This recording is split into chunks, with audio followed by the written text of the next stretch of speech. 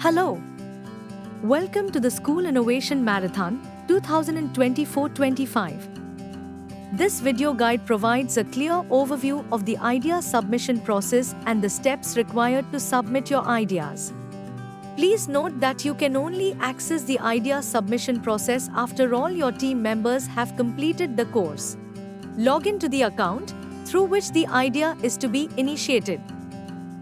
There are two ways to access idea submission.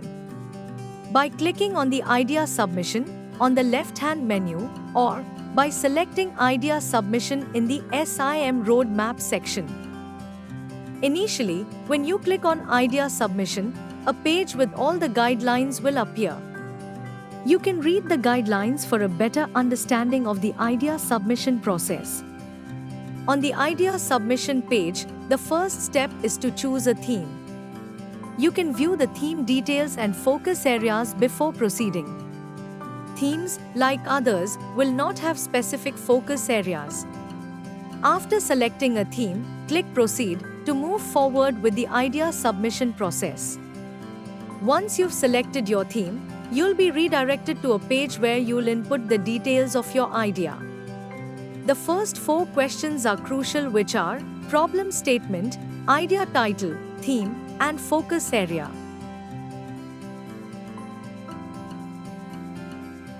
These questions must be answered to initiate your idea. For example, if you select Health and Well-being as your theme, the theme name and its focus areas will be displayed. If you wish to change the theme, you can return to the first question and modify your choice using the drop-down. The idea submission page has 3 sections. Ensure you complete the first section by answering the 4 key questions before initiating your idea. Once those are filled out, the Save as Draft button will be enabled, allowing you to save your idea as draft.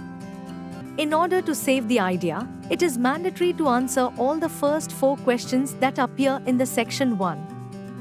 Clicking on Next at the bottom of the idea submission page will guide you to the following sections.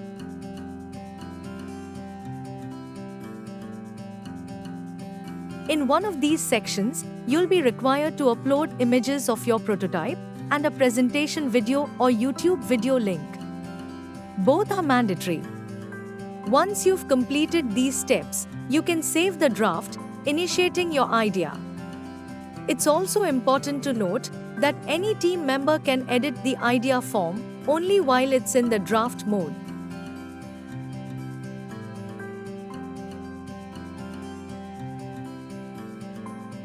Once the idea initiator submits the form, other team members will be able to view it as a read-only document when they log in and access the idea submission page.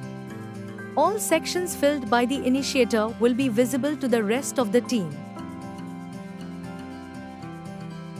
After submitting the idea, at the top of the idea submission page, students will see a box with details like the current status of the idea submission, the name of the person who submitted it, and whether the teacher has verified the idea or not.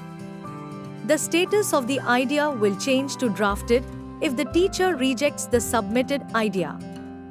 If the idea is rejected by the teacher, students will see the last submission details, who edited the form, and the feedback from the teacher, including the rejection date. Now, you can improve the idea submission accordingly. Click on Edit and edit the details. You can save the form as a draft. Once students make the necessary edits, they can submit the idea again.